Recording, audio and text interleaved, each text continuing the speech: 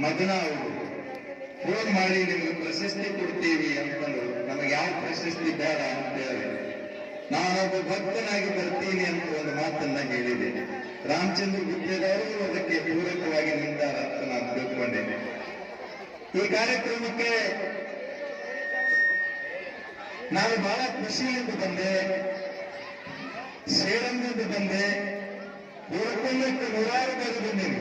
ರಾಗಪುರಕ್ಕೆ ನಾ ಬಂದೇ ಇಲ್ಲ. ರಾಗಪುರಕ್ಕೆ ಬರಬೇಕಾದ್ರೆ ತಿಪ್ಪೇಮುತ್ತವರೇ ಕಾರಣ.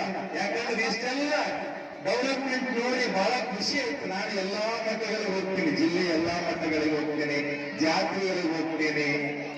ಸೇಡಂ ತಾಲೂಕು ಅಷ್ಟೇ ಅಲ್ಲ, ಕಲಬುರಗಿ ಜಿಲ್ಲೆಯ ಎಲ್ಲ ತಾಲೂಕುಗಳಲ್ಲಿರುವಂತಹ ಮಠಗಳಿಗೆ ನಾನು ಹೋಗ್ತೀನಿ.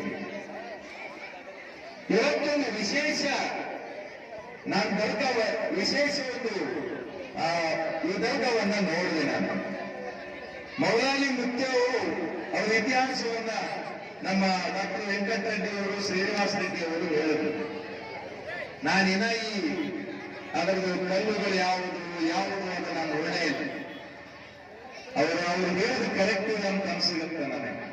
ಯಾಕಂದ್ರೆ ಈ ಮೊಹಮ್ಮದ್ ಪೈಗಂಬರ್ ಅವರ ಅನುಯಾಯಿಗಳು ಎಲ್ಲ ಧರ್ಮ ನಾವು ಮಾಡ್ಕೊಂಡಿದ್ದಷ್ಟೇ.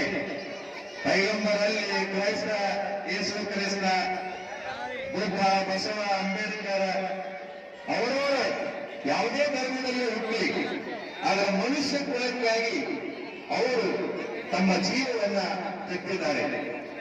ಈ ಮೌಲಾಲಿ ಮುಖ್ಯವರ ಮೂರನೇ ಜಾತ್ರೆನೇ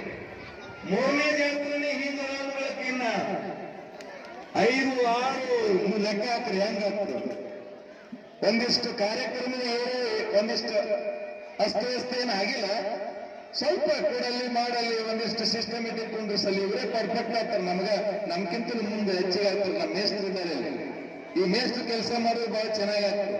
ಎಲ್ಲ ಕಡೆ ನಮ್ಮ ಮಾಸ್ಟರ್ಗಳು ಸಮಾಜ ಸುಧಾರಣೆಗೆ. ತಿಪ್ಪೇಮುತ್ತಿ ಅವರಿಗೂ ದರ್ಗಾಕ್ಕೂ ಏನು ಸಂಬಂಧ ಅಂತ ನಾನು ವಿಚಾರ